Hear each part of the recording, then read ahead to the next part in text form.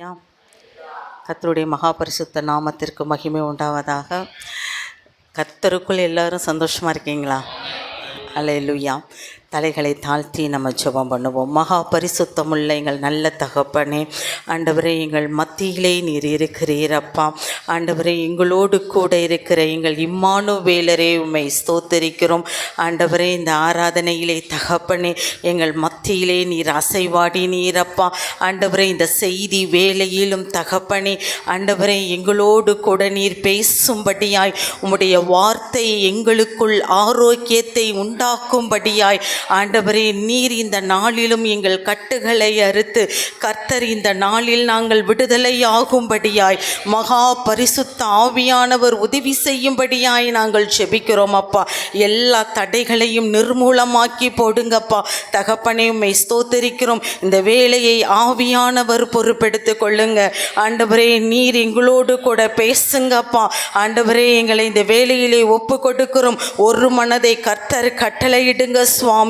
ஒருவர் சிந்தையும் வெளியே போகாதபடிக்கு உம்முடைய வார்த்தையில் அது கருத்தாயிருக்கும்படியாய் ஆவியானவர் இந்த வேலையை நீர் பொறுப்பெடுத்துக் கொள்ளுங்க ஆண்டவரே. ஒவ்வொருவரும் அப்பா செவிகளையும் இருதயத்தையும் இந்த வேலையிலே நீர் திறந்து கொடுப்பீராக சுவாமி.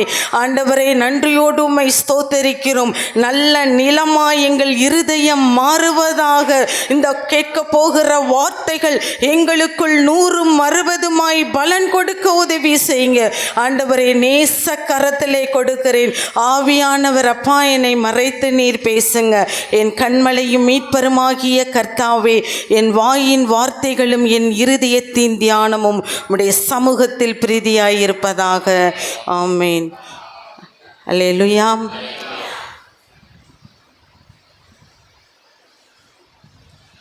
கர்த்தருடைய மகா பரிசுத்த நாமத்திற்கு மகிமை உண்டாவதாக. இந்த நாளிலும் கூட ஆண்டவர் நம்மளோடு கூட பேசும்படியாய் சொல்லப்பட்டிருக்கிற வார்த்தை, கர்த்தருக்காய் நாம் எழும்ப வேண்டும் என்று தேவன் விரும்புகின்றார். நம்ம எல்லாம் தேவனுடைய பிள்ளைகள் என்று நாம் அழைக்கப்படுகிறோம்.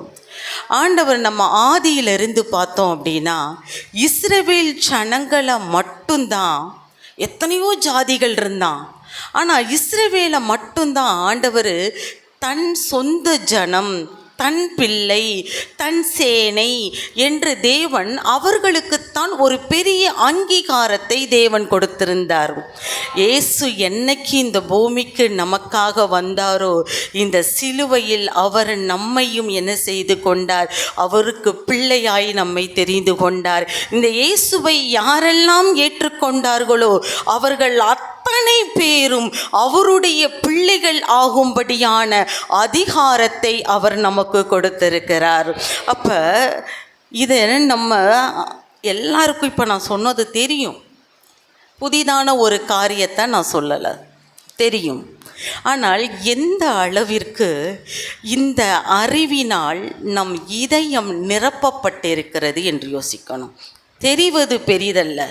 நான் கடவுளுடைய பிள்ளை என்றால் என்ன அர்த்தம்? தெய்வத்தினுடைய வாரிசுகள் நாம். அல்லேலூயா. எவ்வளோ பெரிய ஆசீர்வாதம்! இதை நம் இருதயம் உணர வேண்டும்.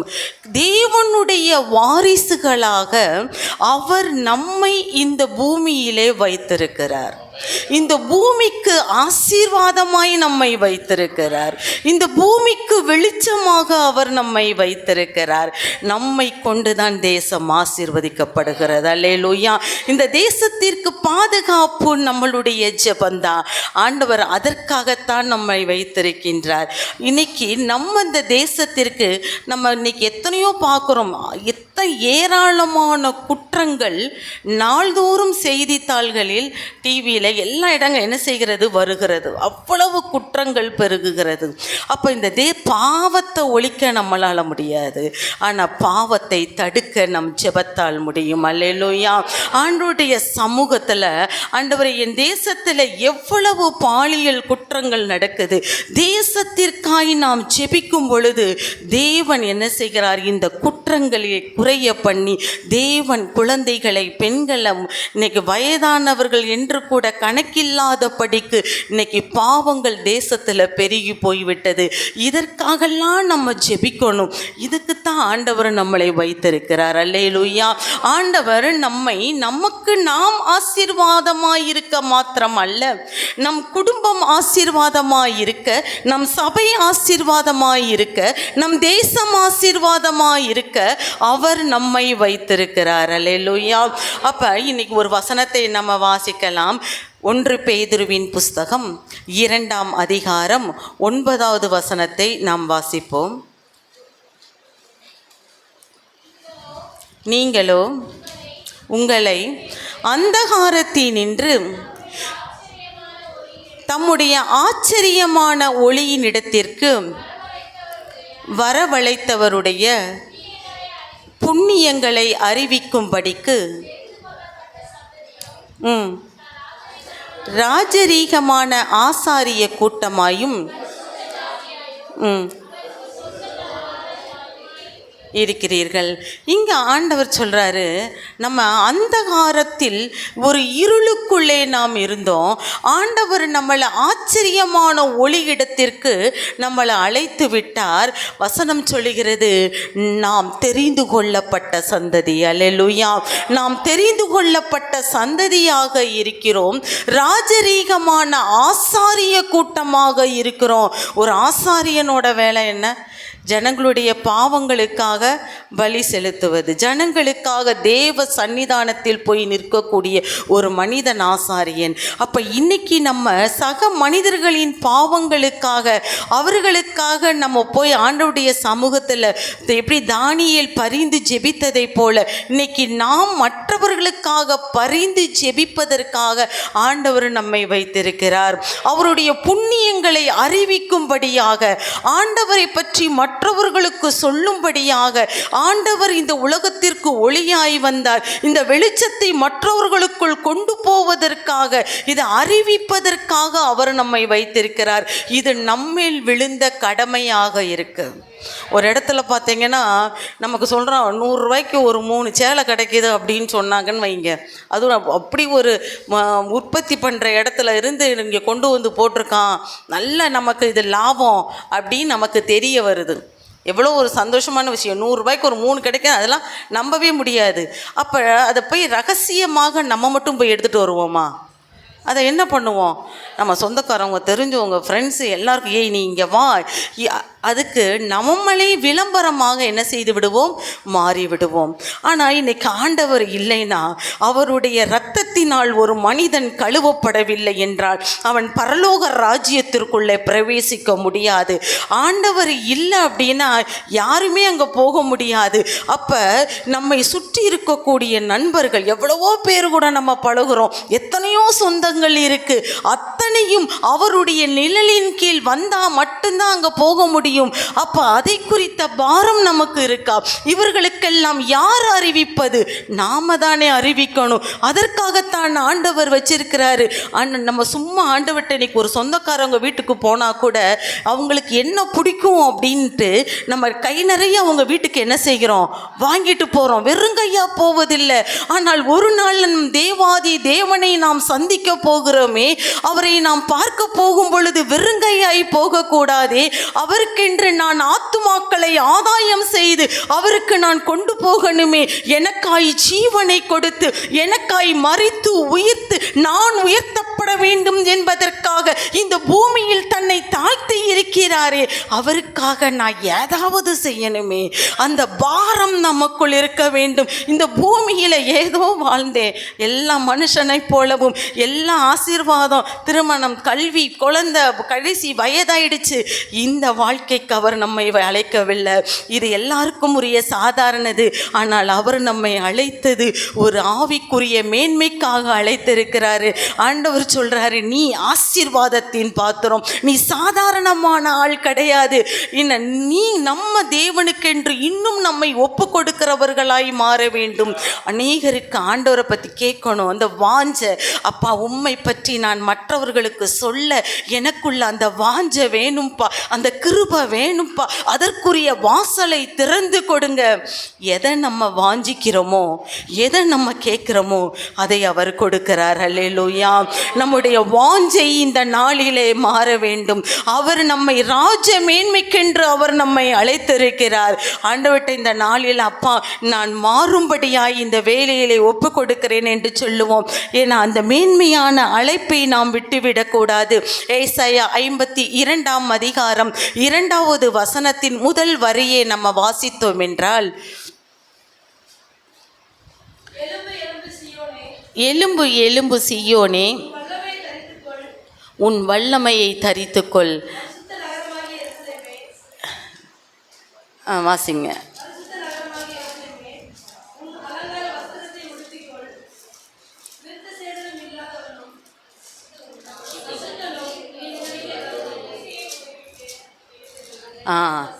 வாசிங்க, திரும்ப வாசிங்க. தூசியை உதறிவிட்டு எழுந்திடு. போதும். நாம் என்ன செய்ய வேண்டுமாம், நம்ம மேலே உலகம் என்ற தூசி ஒட்டிக்கிட்டு இருக்கு. இந்த தூசியை உதறி விட்டு நாம் என்ன செய்ய வேண்டும், எழும்ப வேண்டும். இன்னைக்கு ஆண்டுகிட்ட கேட்கணும், அப்பா என் மேலே இருக்கிற தூசியை உதறி விட்டு நான் எழும்ப வேண்டும். ஏன்னா நம்ம அழைப்பு நிறைய வசனம் தெரியுது, ஆனால் அது உள்ளுக்குள்ளே போய் நமக்குள் கிரியையை நடப்பிக்க வேண்டும். ஆண்டவர்கிட்ட இன்னைக்கு கொடுக்கப்பட்டிருக்கிற வார்த்தை அதுதான். இன்னைக்கு ஆண்டவர் ஒரு மேலான அனுபவத்திற்கு, ஒரு பரிசுத்த ஜாதியாய் தெரிந்து கொள்ளப்பட்ட சந்ததியாய் அவர் நம்மளை வச்சிருக்கிறாரு. ஆனால் நாம் எப்படி இருக்கோம்? இன்னும் இந்த உலகத்திற்குள்ளே கரைப்பட்ட மனிதர்களாய், இன்னும் தூசி நமக்குள்ளே ஒட்டி கொண்டு இருக்கிறதுனால தான் இன்னும் அவருக்காய் நாம் எழும்ப முடியாத படிக்க இருக்கிறோம். இன்னைக்கு ஆண்டவர்கிட்ட கேட்போம், அப்பா என் மேலே ஒட்டி இருக்கிற உலகன்ற தூசியை உதறுவதற்கு என்கிட்ட பலன் இல்லை, இதை உதறுவதற்கு எனக்கு பலன் கொடுங்க என்று நம்ம கேட்க வேண்டும். ஒரு கதையை இந்த இடத்துல உங்களுக்கு சொல்லி நான் விளக்க ஆசைப்படுகிறேன்.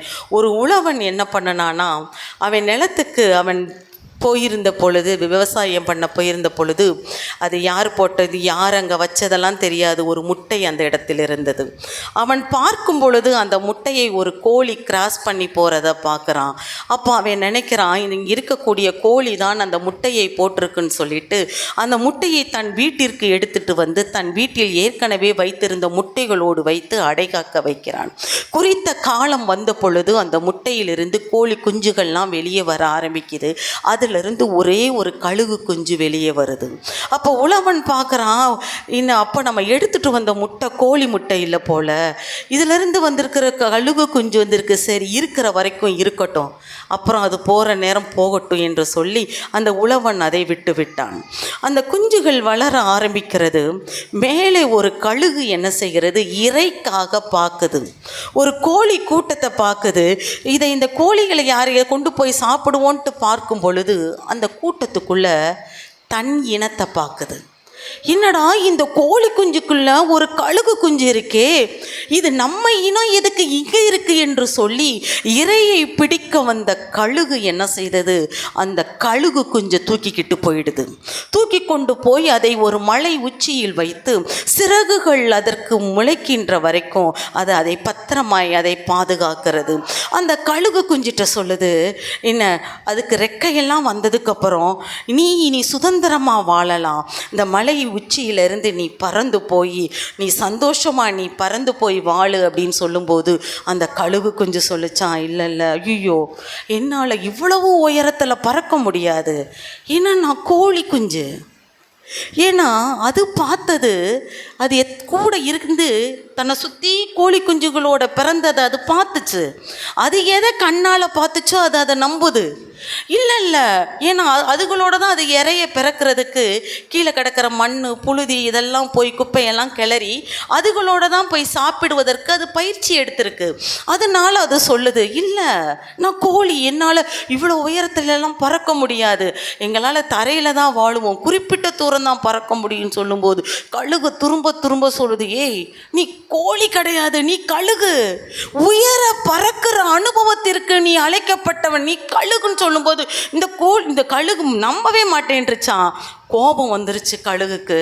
அப்போ நான் உன்னை மலை உச்சியிலேருந்து தள்ளுறேன், உனக்கு ரெக்கை இருக்குது, உனக்கு உயிர் பிழைக்கணும்னு ஆசை இருந்தால் உன் சிறகுகளை அடித்து நீ தப்பிச்சுக்கோ, இல்லை உனக்கு அந்த நம்பிக்கை இல்லைன்னா கீழே விழுந்து செத்து போயிடு, வாழ்வதும் சாவதும் உன் கையில் தான் இருக்குன்னு சொல்லிட்டு அந்த உயரமான மலை உச்சியிலிருந்து அந்த கழுகு அந்த கோழி குஞ்சை அந்த கழுகை தள்ளி விடவும், அந்த கழுகுக்கு சாதாரணமாக நம்மளே நீச்சலே தெரியாட்டாலும் தண்ணிக்குள்ளே விழுந்தால் எல்லோரும் கை காலை அடிப்பாங்க இல்லையா, அதே போல தான் இந்த கழுகு கொஞ்சம் மேலே இருந்து தள்ளி விடவும் அதுக்கு பயம், என்ன பண்ணுறதுன்னு தெரில, பயத்தில் தன் சிறகுகளை அடிக்க ஆரம்பித்தது. அந்த மலை உச்சியை காட்டிலும் அது மேலே பறக்க ஆரம்பித்தது. அப்பதான் நினைச்சுச்சா, ஆமாம் அந்த கழுகு சொன்ன மாதிரி உண்மையிலேயே நம்ம கழுகு தான், நம்ம எவ்வளவு உயரமாய் பறந்து கொண்டிருக்கிறோம், இந்த ஆகாயம் கூட நமக்குத்தான் சொந்தம்னு நினைச்சுச்சான். அவ்வளவு சந்தோஷமாய் பறந்து உயரத்தில் இருந்து கீழே பார்த்துச்சான். அடாடா, நம்ம இந்த கழுகு மட்டும் நம்மளை தூக்கிட்டு வரலைன்னா வாழ்க்கை முழுசும் கோழி நினைச்சி நம்ம வாழ்க்கை போயிருந்திருக்குமே என்று ஆண்டவர் இன்னைக்கு நம்மகிட்ட சொல்றாரு. உலகத்துக்குள்ள இருந்தாலும் நீ உலக மனிதன் அல்ல. ஆண்டவர் சொல்றாரு, நீ எனக்குரியவன், என் பிள்ளை, என் சந்ததி, நீ உயர கழுகுகளை போல் சிறகடித்து மேன்மையான அனுபவத்திற்கென்று நீ அழைக்கப்பட்டிருக்கிறாய். ஆனா நம்ம சொல்றோம், இல்லப்பா நான் கோழி தான், உலகத்துக்குள்ளே தான் இருக்கேன், இன்னும் குப்பையை கிளறி கிளறி கிளறி, ஐயோ என் வாழ்க்கையில் இது இல்லை அது இல்லை, அவன் என்ன இப்படி சொன்னான், இவன் என்ன இப்படி சொன்னான், சும்மா உட்கார்ந்து இந்த கோழியை போல் உலக குப்பைகளை கிளறி கொண்டு நாம் வாழ்ந்து கொண்டிருக்கிறோம். ஆனால் ஆண்டவர் நம்மளோடு கூட பேசி கொண்டிருக்கிறார். என் மகனே, என் மகளே, நீ கோழி அல்ல, நீ கழுகு, நீ உயரே பறக்கிற அனுபவத்திற்கு நான் உன்னை தெரிந்து கொண்டிருக்கிறேன் என்று ஆண்டவரை நோக்கி இந்த நாள், அப்பா நான் ஆண்டவரே என்னை சுற்றி இருக்கிற மனுஷனை பார்க்கும் பொழுது ஆண்டவரே நானும் உலகத்தானை போலவே பேசுகிறேன், உலகத்தானை போலவே வாழ்ந்து கொண்டிருக்கிறேன். இல்லப்பா, நான் ஆண்டவரை இந்த நாளிலும் நம்ம இருதயம் ஆண்டவர்கிட்ட வாஞ்சிக்கணும். என் அழைப்பை நான் மறந்து போய்விடக்கூடாது. உலகத்தில் எத்தனையோ கோடி ஜனங்கள் இருக்காங்க, ஆனால் ஆண்டவர் தனக்குன்னு தெரிந்து கொண்டது நம்மை. அல்லேலூயா. இந்த ஆசீர்வாதத்தை ஒரு மனிதன் தன் ஞானத்தாலோ தன் பணத்தினாலோ விலை கொடுத்து வாங்க முடியாது. எவன் மேல் அவர் சித்தமாயிருக்கிறானோ அவன் மேல் அவர் இரக்கமாயிருக்கிறார். அவராய் பார்த்து ஒருவனை இழுத்து கொள்ளாவிட்டால் ஒருவனும் குமாரனிடத்தில் வரமாட்டான். நாம் இன்னைக்கு அவர் செட்டையின் நிழல்ல வந்து இத்தனை பேர் உட்கார்ந்து இருக்கிறோம் என்றால் இது ஏதோ ஒரு தற்செயல் நிகழ்வல்ல, இல்லை என் பரம்பரையாய் வந்ததல்ல. எதனால வந்தோம்? அவர் அந்த உலக தோற்றத்திற்கு முன்பாக நம்மை முன்குறித்தபடியினால் இந்த காலத்தில் இந்த ஆள் பிறக்க வேண்டும், அது என்னுடையதாய் இந்த பூமியிலே இருக்கும் என்று சொல்லி தேவ திட்டத்தின்படி நாம் பிறந்திருக்கிறோம். அல்லேலூயா, அல்லேலூயா. அதனால உலகத்துக்குள்ளேயே நம்ம இருந்தாலும் நாம் உலகத்தார் அல்ல. இதை நாம் மறந்து போகக்கூடாது. உலக மனுஷனை போலவே நம் சுபாவங்கள் இருக்கக்கூடாது. ஆண்டவர் சொல்லுகிறார், என்னை போல் நீ மாற வேண்டும். அதற்காக அவர் நம்மை அழைத்திருக்கிறார். இயேசுவின் குணாதிசயங்கள் நமக்குள்ள வேண்டும். அதற்காக தாங்க வாரம் வாரம் ஆலயத்துக்கு ஓடி வரோம். எதற்காக? நாம் அவரை போல உருமாறுவதற்காக. எதற்காக இந்த சத்தியத்தை நாம் கேட்கிறோம்? இந்த வேத வசனத்தின் அறிவை நாம் வளர்த்து கொள்ள அல்ல, நாம் உருமாறுவதற்காக, நாம் மாறுவதற்கு, நான் பலன் அடைவதற்காக நம்ம வர்றோம். ஆக இன்னைக்கு நாளில் நம்மை குறித்த அழைப்பை நாம் மறந்துவிடக்கூடாது.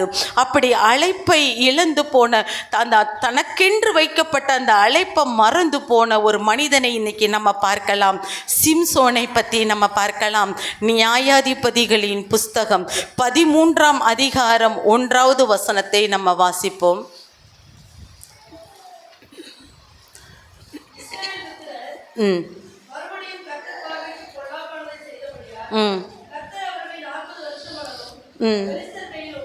இஸ்ரவேல் ஜனங்கள் திரும்ப திரும்ப பொல்லாப்பானதை செய்தபடியினால் பெலிஸ்தருடைய கையில் ஆண்டவர் 40 வருஷம் ஒப்பு கொடுக்குறாரு. இப்போ ஆண்டவர் பார்க்குறாரு, இந்த ஜனங்களை எப்படியாவது அவர்களை இந்த பெலிஸ்தர் கைக்கு நீங்களாக்கி அவர்களை காக்க வேண்டும் என்று சொல்லி ஆண்டவர் என்ன செய்கிறார், யாரை கொண்டு நிற்கிறாரு, சிம்சோனை ஆண்டவர் கொடுக்கணும்னு நினைக்கிறாரு. நியாயாதிபதிகள் 13:5 வசனத்தை வாசிப்போம். ம் ம் ம் ஆண்டவர் அவன் பிறக்கிறதுக்கு முன்னாடியே அவர்களுடைய பெற்றோரிடத்தில் தேவ திட்டத்தை தேவன் வெளிப்படுத்துகிறார். உனக்கு ஒரு பையன் பிறப்பான், அவன் எதற்காக அவன் வர்றான், இந்த இஸ்ரவேலை பெலிஸ்தரின் கைக்கு நீங்களாக்க அவன் ரட்சிப்பதற்காக, அப்படின்னா காப்பதற்காக வர்றான் அப்படின்னு சொல்லி ஆண்டவர் சொல்கிறாரு. அதனால அவனுக்கு ஒரு கட்டளையை அவனுக்கு வைக்கின்றார். அவன் பிறந்தது முதல் அவன் எப்படி இருக்க வேண்டும், தேவனுக்கென்று நசரேயனாய் இருக்க வேண்டும். அவன் தலையில் சவரன் கத்தி படக்கூடாது. சிம்சோனோட அந்த வரலாறு நம்ம எல்லாருக்குமே தெரியும் தானே. அப்போ சொல்கிறார், அவர் தலையில் இந்த முடியை என்ன செய்யக்கூடாது, எடுக்கவே கூடாது அப்படின்னு சொல்லிட்டு, இது ஒன்று தான் அவனுக்கு அந்த கட்டளையாக சொல்லப்படுது. ஆனால் இந்த சிம்சோன் பார்த்திங்கன்னா வளர ஆரம்பிக்கும்போது அவன் வாழ்க்கையில் அவன் பெரியவன் ஆகும் பொழுது நிறைய அனுபவங்களை அவன் பார்க்கிறான். ஒரு நேரத்திலலாம் பார்த்திங்கன்னா ஒரு பால சிங்கத்தை கையில் எந்த ஆயுதமுமே இல்லை, ஒரு ஆட்டுக்குட்டியை கிழிச்சு போடுற மாதிரி என்ன பண்ணானா, கிழித்து போட்டானா.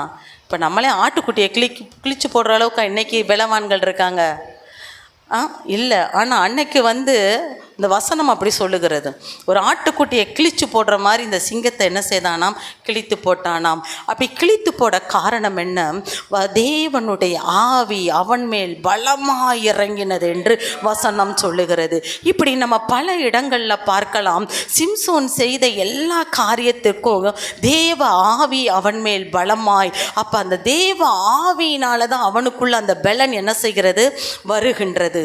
நிறைய காரியங்களை நம்ம சிம்சோனை குறித்து பார்க்கலாம். 300 நரிகளை பிடிச்சி என்ன செய்யறான், 2 வாழை கட்டி அந்த பெலிஸ்தருடைய அந்த வெள்ளாண்மைக்குள்ள என்ன செய்கிறான், அனுப்புகிறான். நிறைய சேதங்களை உண்டு பண்ணுறான். இப்போ பெலிஸ்தியருக்கு பார்த்தா எப்படி இஸ்ரவேல் ஜனங்கள் சவுலின் ராஜ்யபாரத்தின் காலத்தில் கோலியாத்து என்ற ஒற்றை மனிதனை பார்த்து ஒரு படையே பயந்துச்சு பார்த்தீங்களா. படையை இவன் கூட எப்படா சண்டைக்கு போகிறதுன்னு பயந்தான். அதே போல தான் இன்னைக்கு பெலிஸ்தரின் பார்வைக்கு சிம்சோன் இருந்தான். ஏன்னா அவன் அவ்வளோ அந்த அளவிற்கு அவன் ஒரு வலிமை வாய்ந்தவனாய் கர்த்தர் அவனை வைத்திருந்தார். இப்போ பெலிஸ்தர் பார்க்குறான், எப்படியாவது இந்த சிம்சோனை கட்டணுமே, இவனை என்ன பண்ணலாம் அப்படின்னு சொல்லிட்டு தெலீலாள் என்ற ஒரு ஸ்திரீயோடு கூட அவன் சிநேகமாய் இருக்கிறான். இப்போ அவன்கிட்ட போய் பெலிஸ்தியர் பேசுகிறாங்க. என்ன பேசுகிறாங்க, நியாயாதிபதிகள் 16ஆம் அதிகாரம் 5வது வசனத்தை நம்ம பார்ப்போம்.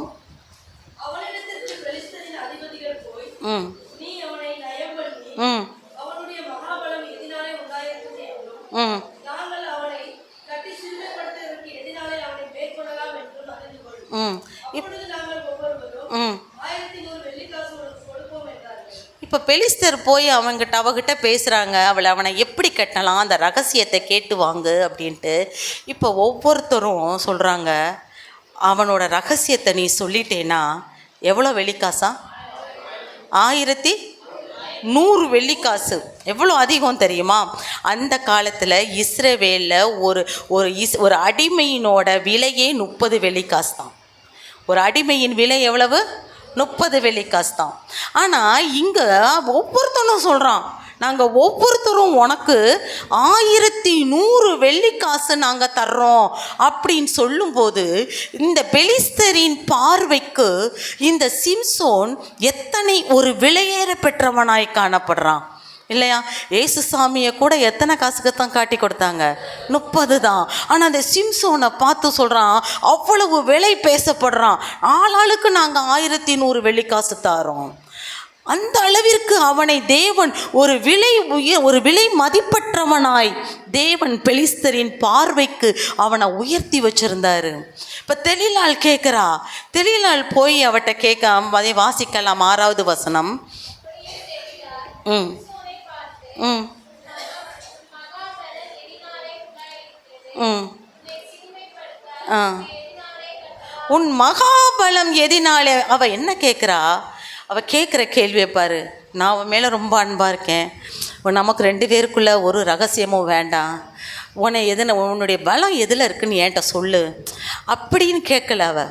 அவள் கேட்கும்போதே சொல்கிறா, உன்னை சிறுமைப்படுத்துவதற்கு எதினாலே உன்னை கட்டலாம். அந்த வார்த்தையை கேட்கும்போது சிம்சோன் விழித்து கொண்டிருக்க வேண்டும் இல்லையா? அன்பில் ஒருத்தருக்கு ஒருத்தர் ரகசியங்களே இல்லைன்றது வேறு விஷயம். ஆனால் இவங்க கேட்கும்போதே சொல்கிறா, கண்ணி வைக்கிறா, வலை விரிக்கிறா, உன்னை சிறுமைப்படுத்த வேண்டும் என்றால் எதினாலே கட்டலாம் என்று சொல்லும்போது என்ன இப்படி நமக்கு எதிரான ஒரு கேள்வியை இவ கேட்குறாளே என்று சொல்லி இந்த சிம்சோன் விழித்து கொண்டு அவளை விட்டு என்ன செஞ்சுருக்கணும்? வெளியேறி இருக்கணும். ஆனால் அவன் வெளியேறலை. ஏன்னா இந்த சிம்சோன் அவன் சரீரத்தில் அவ்வளவு பலசாலியாக இருந்தாலும் உள்ளார்ந்த மனுஷனில் அவன் பலவீனமாய் காணப்பட்டான். உள்ளார்ந்த மனிதனில் பலவீனம். அவளை விட்டு வெளிவர முடியல. அவள் திரும்ப திரும்ப திரும்ப கேட்குறா. அவனை சொல்கிறான், ஐயோ போட்டு ஓயாமல் நொச்சு நொச்சுன்னு பண்ணுறது என் ஆத்துமா சாகத்தக்கதா எனக்கு விசனமாயிருக்கு, வெளியே வர முடியலை. பாவத்துக்குள்ளே விழுந்தோன்னு வைங்க, விழுந்த செகண்டில் எழுவதை குறித்து தேவ சமூகத்தில் நம்மளுடைய கதறலை வைக்கணும். அப்பா, இந்த பாவ சிந்தை எனக்குள்ளே வந்துடுச்சு ஆண்டவரே, நான் இப்படி இருக்கக்கூடாது என்று. அப்பா, நம்ம எழுவது அது எளிதாக இருக்கும். பாவம் நல்லா தான் இருக்கும். ஆரம்பத்தில் ஆகான்னு தான் இருக்கும், ஓஹோன்னு தான் இருக்கும், முடிவு ஐயையோன்னு இருக்கும். அப்போ பாவத்தில் விழுந்து ஒரு தேனே இருக்குன்னு வைங்க, ஒரு தேனில் போய் ஒரு ஈ போய் உட்காருது, ரொம்ப டேஸ்ட்டாக இருக்குது. அந்த உட்கார்ந்த செகண்டில் ஈ என்ன செய்யணும்? பறந்துடணும். நல்லா இருக்கு நல்லா இருக்கு நல்லா இருக்குன்னு ரொம்ப நேரம் அதிலேயே இருந்தால் என்னவாயிடும்? அதனுடைய கால் ரெக்கை எல்லாம் மாட்டிக்கொண்டு அதன் வாழ்க்கை முடிஞ்சு போயிடும். பாவம் அப்படிதான். ஆரம்பம் நல்லா தான் இருக்கும். இங்கே சிம்சோன் அப்படித்தான். ஆரம்பத்திலே அவன் விழித்து கொள்ளவில்லை. அவனால் அந்த இச்சையிலிருந்து அவனால் விடுபட முடியல. ஐயோ, தனக்கு விரோதமாய், தன் ஜீவனுக்கு விரோதமாய் ஒரு கேள்வியை கேட்குறா.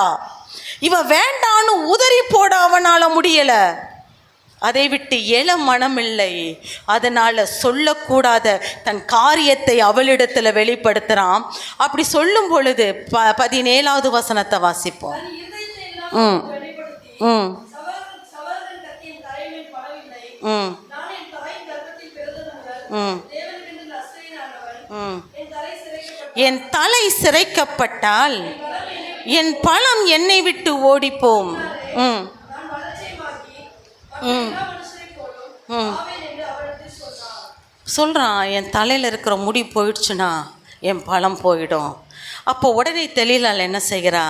தான் மடியில் படுக்க வச்சே மொட்டை அடிச்சிட்றா. இந்த மொட்டை அடித்ததுக்கப்புறம் 16ஆம் அதிகாரம் 20வது வசனத்தை பாருங்க. ஆ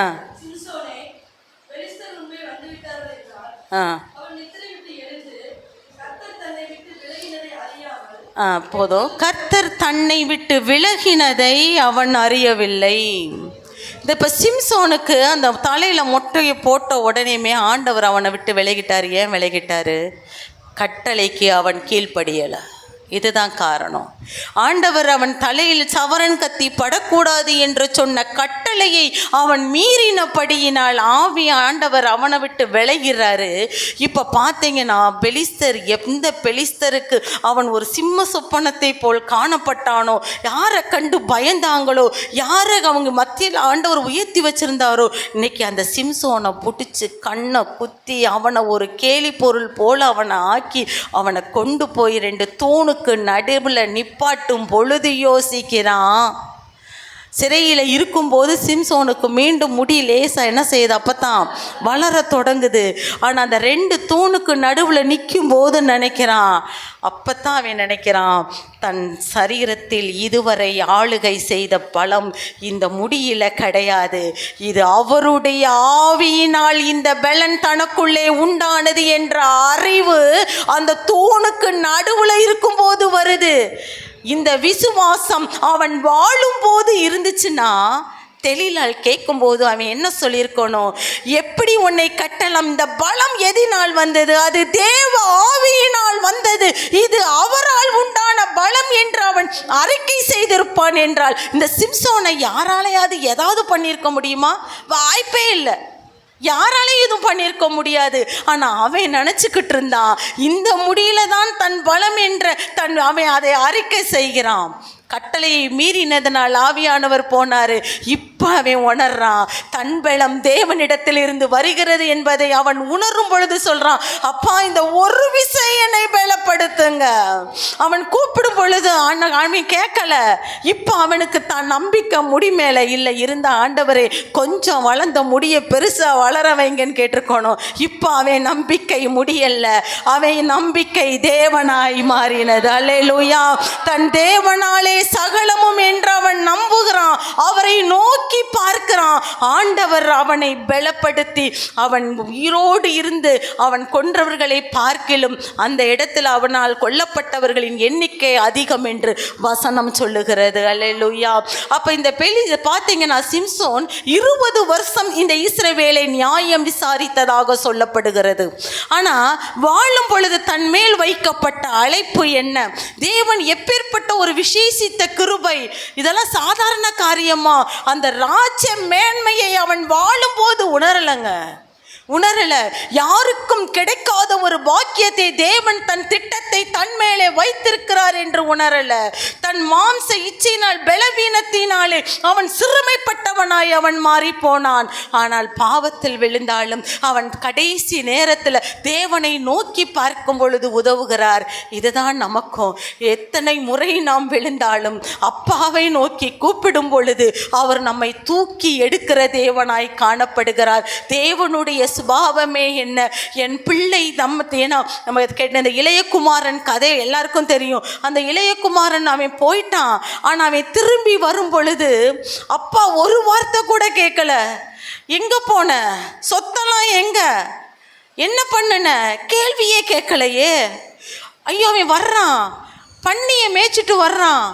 அவன் நாரி போய் இருக்கானா, நல்லா இருக்கானா பார்க்கலையே. அவன் அழுக்கா இருக்கானா, அழகா இருக்கானா பார்க்கலையே. அவனை பார்த்த உடனேயும் உள்ள இருந்து அன்பு பொங்குது. போய் அவனை கட்டி அணைத்து முத்தம் கொடுத்து, ஐயோ அவன் காணாம போனான், திரும்ப கிடைத்து விட்டானே என்று ஒரு சந்தோஷத்தை அவன் மகிழ்கின்றார். இதுதாங்க தகப்பன் அன்பு.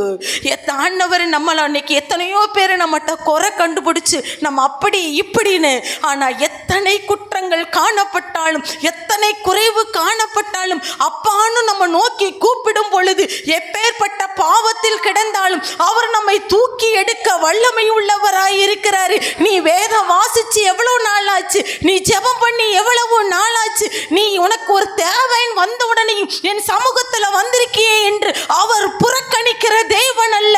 அவரை நோக்கி கூப்பிடும் பொழுது மனம் இறங்குகிற கர்த்தரை நாம் ஆராதித்து கொண்டு இருக்கிறோம். அல்லேலூயா. ஆண்டவர் சொல்றாரு, இந்த நாளில் அவரோடு கூட ஒரு உறவை நாம் இன்னும் புதுப்பிக்க வேண்டும். ஏன்னா இன்னைக்கு குப்பையை போல இன்னைக்கு என்ன நேசிக்க யார் இருக்கா? இன்னைக்கு குப்பையை, உலக குப்பையை, சக குப்பை நம்ம எல்லாரும் என்ன செய்றோம், கிளறி கொண்டு என் வாழ்க்கையில எனக்கென்று யார் இருக்கா, என்னை பார்த்துக்க யார் இருக்கா, என்னை நேசிக்க யார் இருக்கா? ஆண்டவர் சொல்றாரு, உன்னை நேசிப்பதற்கு நான் இருக்கிறேன் என்றும், உன்னை தாங்குவதற்கும் ஏந்துவதற்கும் நரை வயது மட்டும் உன்னை ஏந்த நான் இருக்கிறேன், உன்னை தப்புவிக்க நான் இருக்கிறேன்.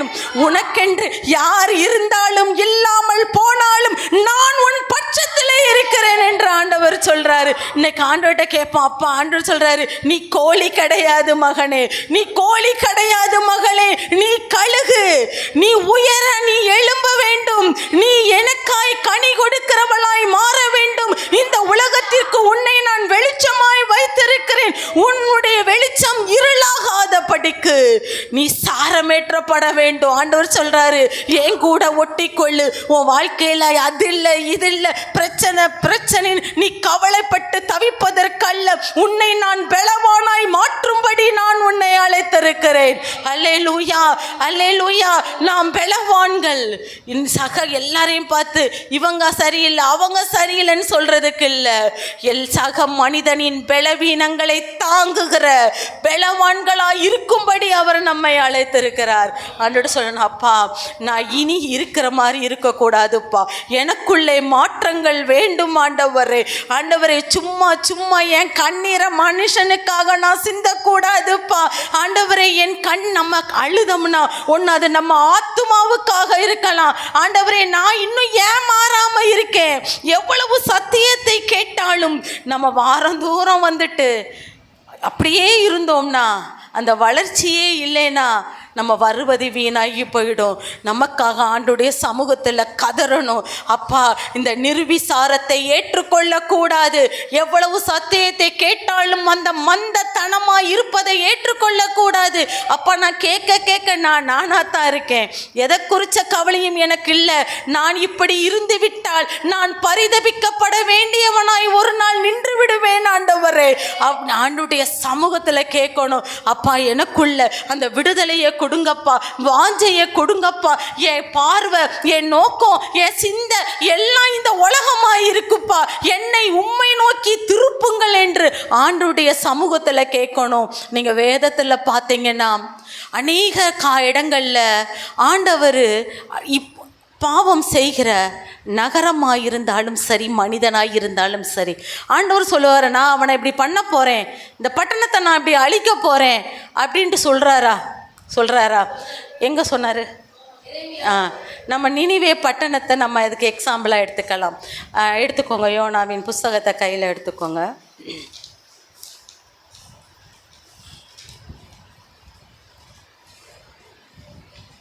எடுத்துக்கிட்டிங்கன்னா இங்கே யோனா 3ஆம் அதிகாரத்தை கையில் வச்சுக்கோங்க.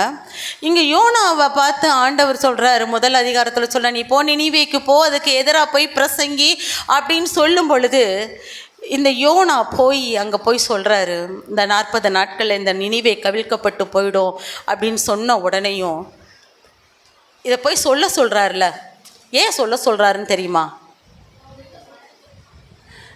ஒரு பட்டணத்தையோ ஒரு மனிதனையோ பார்த்து ஆண்டவர் இதை நான் செய்ய போகிறேன், அவங்களுக்கு நான் இந்த தீங்கை செய்ய போகிறேன்னு சொன்னால் என்ன அர்த்தம் என்றால், அவர்கள் மனம் திரும்புவதற்கு வாய்ப்பு கொடுக்கிறார் என்ற அர்த்தம். அதை அழிக்கிறது அவர் நோக்கம் அல்ல, வாய்ப்பு கொடுக்கிறாரு.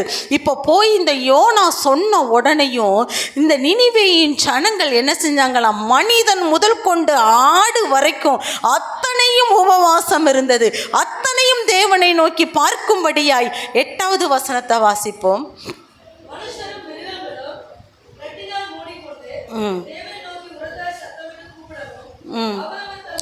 அவரவர் தம் பொல்லாத வழி, சும்மா ஆண்டவரே எங்களை காப்பாற்றுங்க, எங்களை அழிச்சிடாதீங்க அப்படி ஜெபிக்கலை. அவர்கள் என்ன செய்கிறார்கள்? தங்கள் பொல்லாத வழிகளை விட்டு என்ன செய்கிறார்கள்? திரும்ப வேண்டும் என்று என்ன செய்கிறார்கள்? அந்த மாற்றத்தை தேவன் பார்க்கும்போது தான் ஆண்டவர், ஐயோ இந்த தீங்கை இவர்களுக்கு செய்யக்கூடாது. அப்போ ஒரு எச்சரிப்பின் சத்தத்தை கேட்டவுடன் ஜனங்கள் ஒரு நிர்விசாரமாக இருக்காம தங்களை மாற்றிக்கொள்ள வேண்டும் என்று சொல்லி என்ன செய்கிறார்கள்? மனம் திரும்புகிறார்கள். அதனால் அந்த பட்டணம் என்ன செய்கிறது? காக்கப்படுகின்றது இல்லையா? இன்னைக்கு அதே மாதிரி தான் வேதத்தில் இன்னைக்கு நிறைய நம்ம பார்க்கலாம். ஆகாப்பை நம்ம எடுத்துக்கிட்டாலும் அப்படித்தான். ஆகாப்பெல்லாம் பார்த்தீங்கன்னா அவன் ஒரு ராஜாவாக இருந்தாலும் தன் வாழ்க்கை முழுசும் நிறைய கெட்டது தான் பண்ணியிருக்கான். கர்த்தருடைய பார்வைக்கு அவ்வளவு ஒரு பொல்லாப்பை செய்த ஒரு மனிதன் அவன். ஆனால் ஆண்டவர் அவனுக்கு இப்படித்தான் இவனுடைய சந்ததி இருக்கும், ஆண்டவர் அவனுக்கு ஒரு சாபத்தை கூறும் பொழுது வசனம் சொல்லுகிறது, தன்னை தேவ சமூகத்தில் போய் தாழ்த்துறான். யாரெல்லாம் அவரை நோக்கி பார்க்கும் பொழுது அப்போ சொல்கிறாரு, இவனுடைய காலத்தில் இது என்ன செய்யாது, நடக்காது ஆண்டவர் சொல்லுகிறார். ஆனால் சில நேரங்களில் அவர் சொல்லியும் அதை குறித்து இவ்வளோ சத்தியத்தை கேட்டாலும் நம்மளாவே இருந்தோன்னா அதுதான் ஆபத்து. ஏலிக்கு போய் முதல்ல ஒரு தீர்க்கதரிசி சொல்லுவார், உன் பிள்ளைங்கள்லாம் இவ்வளோ தப்பு பண்ணிக்கிட்டு இருக்கான், ஆண்டவர் இந்த பிள்ளைங்களை பூரா என்ன செய்ய போகிறாரு, அழிக்க போகிறாருன்னு சொல்லி முதலில் ஒரு தீர்க்கதரிசி. அப்போ ஏலி என்ன செஞ்சுருக்கணும், பக்தி வைராக்கியம் கொண்டிருக்கணும்.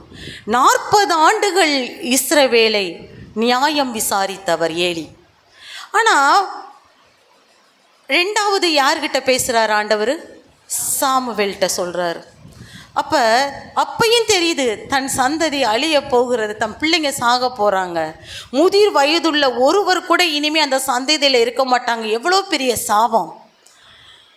ஏலியின் பிள்ளைகள் செய்த பாவம் பலிகளினாலும் காணிக்கைகளினாலும் கூட அது நிவர்த்தி செய்யப்படாது என்று ஆண்டவர் சொல்கிறாரு. ஆண்டவருடைய இந்த சாப வார்த்தைகளை கேட்கும்போது இன்னைக்கு அவங்க குடும்பமே என்ன செஞ்சுருக்கணும், இரட்டுடுத்தி சாம்பல் அமர்ந்து, ஆண்டவரே நாங்கள் பாவம் செய்துட்டோம், எங்களை மன்னிங்க அப்படின்னு சொல்லி கதறினாங்களா? இல்லையே. ஏலி சொன்ன வார்த்தை என்ன? 1 சாமுவேலின் புஸ்தகத்தை எடுத்துக்கொள்ளலாம்.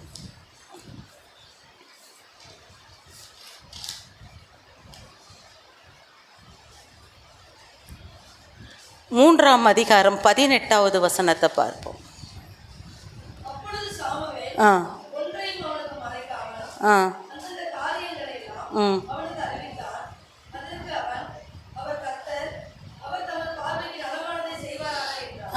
இது எவ்வளோ ஒரு நிர்விசாரமான பதில் இல்லையா? சந்ததிக்கு சாபத்தை கூறிக்கொண்டிருக்கிறார் ஆண்டவர். ஆண்டவருடைய சமூகத்தில் கதறதை விட்டுட்டு ஏலி சொல்கிறாரு, அவர் பார்வைக்கு அவர் நலமானதை செய்வாராக. அதனால தான் 98 வயதுள்ள ஏலி என்ன செய்கிறார், ஆசனத்தில் இருந்து மல்லாக்க விழுந்து அவருடைய பிடரி முறிந்து அவர் செத்து போனார் என்று வேதம் சொல்லுகிறது. பிள்ளைகள் 2 பேர் அந்த யுத்தத்திலே மரித்து போனார்கள். இன்னைக்கு ஆண்டவருடைய சத்தம் நமக்கு கேட்குதுன்னா மனம் திரும்புவதற்கு நாம் தீவிரிக்க வேண்டும். ஒரு சத்தியம் நம்மை தேடி வருகிறது. இன்னைக்கு நமக்கு கொடுக்கப்படுகிற வாய்ப்பு என்ன என்றால், நாம் வாசிக்கக்கூடிய வேதமும் நாம் கேட்கக்கூடிய சத்தியமும் தான் நமக்கு கொடுக்கப்படுகிற வாய்ப்பு. நீ மனம் திரும்பு என்ற ஆண்டவர் இவற்றின் மூலமாய் நம்மளோடு கூட பேசுகின்றார். ஆனால் நம்ம சவுலை பார்த்து அப்படித்தான் சொன்னார். சவுல் ராஜ்யபாரம் பண்ண 2வது வருஷத்திலேயே ஒரு பிரச்சனை. சாமுவேல் தீர்க்கதரிசி வர்றதுக்கு முன்னாடியே பழியை செலுத்துறார். அப்பயே ஆண்டவர் சொல்கிறாரு, தனக்கு தன் இருதயத்துக்கு ஏற்ற ஒருத்தனை ஆண்டவர் தெரிந்து கொண்டாருன்னு. ஆனால் திரும்பவும் அமலேக்கேனை கொல்லுன்னு சொல்லும்போது அந்த ராஜாவை விட்டதுனால அப்பையும் ஆண்டவர் என்ன செய்கிறாரு, சவுலின் ராஜ்யத்திற்கு விரோதமாய் தீர்க்க தரிசனத்தை சாமுவேல் தீர்க்கதரிசி மூலமாய் ஆண்டவர் சொல்கிறாரு. ஆனால் இதெல்லாம் கேட்டோம் உடனே சவுலை ஆண்டவர் ராஜ்யபாரத்தில் இருந்து தள்ளலைங்க. 40 வருஷம் ராஜாவாய் ஆட்சி செய்தான்.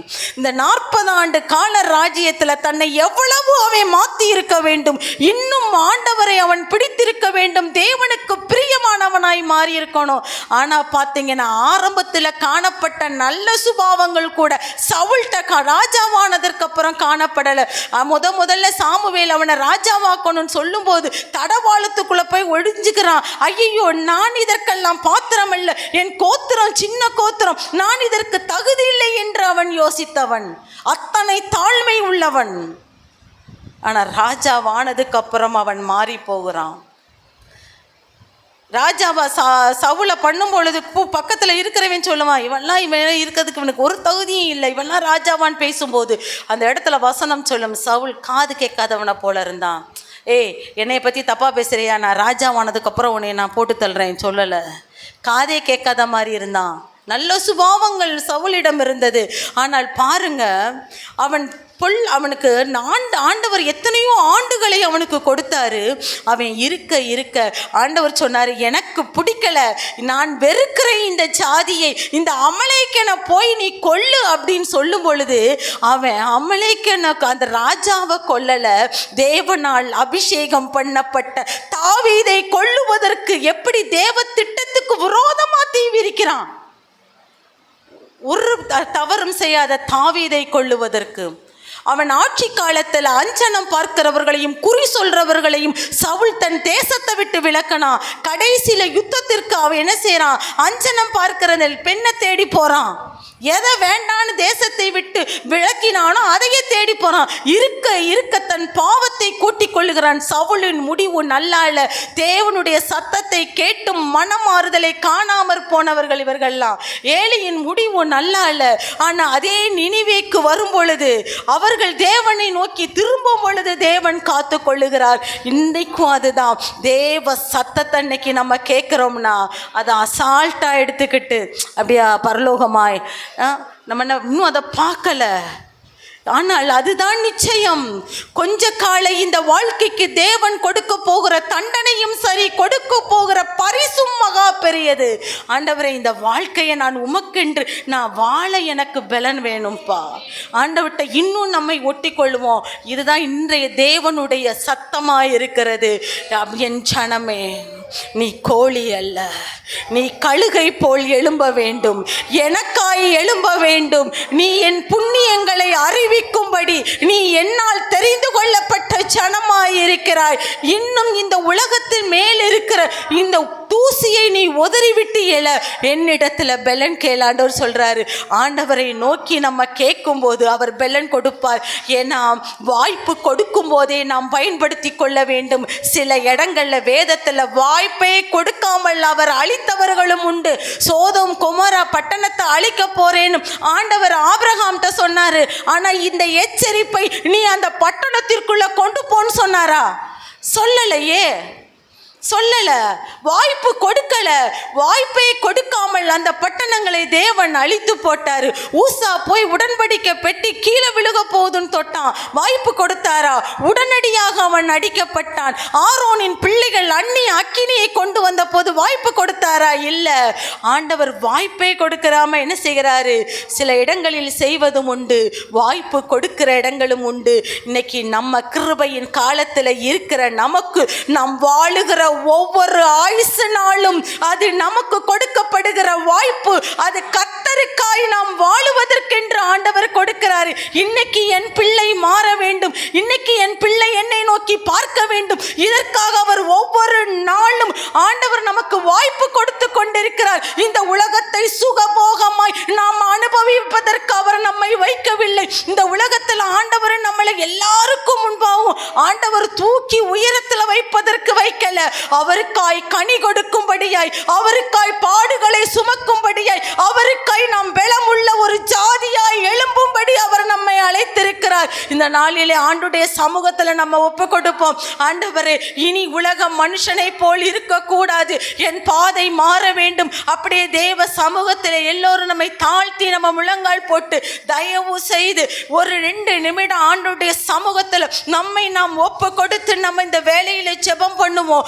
ஆண்டவரே, நான் சத்தியத்தை கேட்டும் ஆண்டவரே நான் மந்தமா இருக்கக்கூடாது. என் ஆத்துமாவிலே ஒரு ஆரோக்கியம் உண்டாக வேண்டும் அப்பா. பலவீனம் உள்ள என்னை அழைத்திருக்கிறீர் அப்பா. ஆண்டவரே, என்னை